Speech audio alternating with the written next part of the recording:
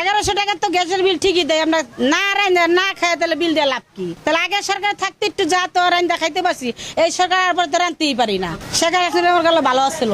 বর্তমান সরকার আপনাদের কথা কতটুকু ভাবছে এবং গ্যাসের সমাধান করার জন্য কি পদক্ষেপ নিয়েছে? সরকার আমার কথা কিছুই ভাবে না, বরঞ্চ আমাকে ক্ষতি করতেছে। আগের সরকার আমাকে ভালো ছিল, এই সরকার ভালো না। লার্কি চুলা রান্না করতে হয়, আর সব বাড়িগুলোতে দেয় না লার্কি চুলাতে রান্না করতে, বাড়ি কালো হয়ে যায়, নষ্ট হয়ে যায়।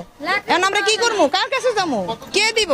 সমস্যা তো সারা বছর ধরেই, এখন একটু বেশি হইতেছে। আওয়ামী লীগের আমলেও সমস্যা ছিল, এই এলাকায় গ্যাসই দেয় না, এখনো আরো বেশি সমস্যা। এখন কার কাছে গেলে আমরা গ্যাস পাবো? আমাদের এলাকা সবার দরকার, শুধু আমার না। ভাই গ্যাসে অনেক সমস্যা, আমি রান্না করতেই পারি না।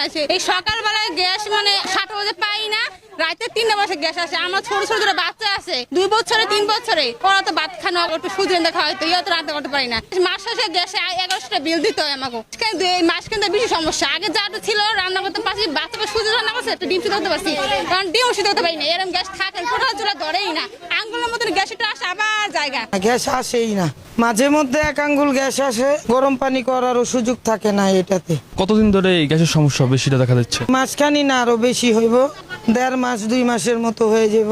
এখন টোটালি মনে করেন 1 মাস যাবত আসতেছে না গ্যাস। বাচ্চাদের টিফিন দেওয়া যায় না, সময় মতো স্কুলে পাঠাইতে পারতেছি না, অনেক ধরনের সমস্যা আমাদের ফেস করতে হয় গ্যাসের জন্য।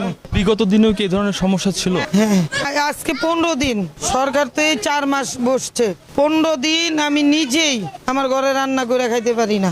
আগে সরকারের সময়ও সমস্যা ছিল, কমই ছিল, এত ছিল না, এখন তো একেবারেই নাই। সরকার কি কোনো পদক্ষেপ এখনো নিয়েছে আপনাদের? না না না, এখনো নেওয়া হয় নাই। মনে করেন 1 থেকে 1.5 মাস যাবত আমরা এই কষ্টটাই করতেছি। সরকার কি জনগণের কথা ভাবছে?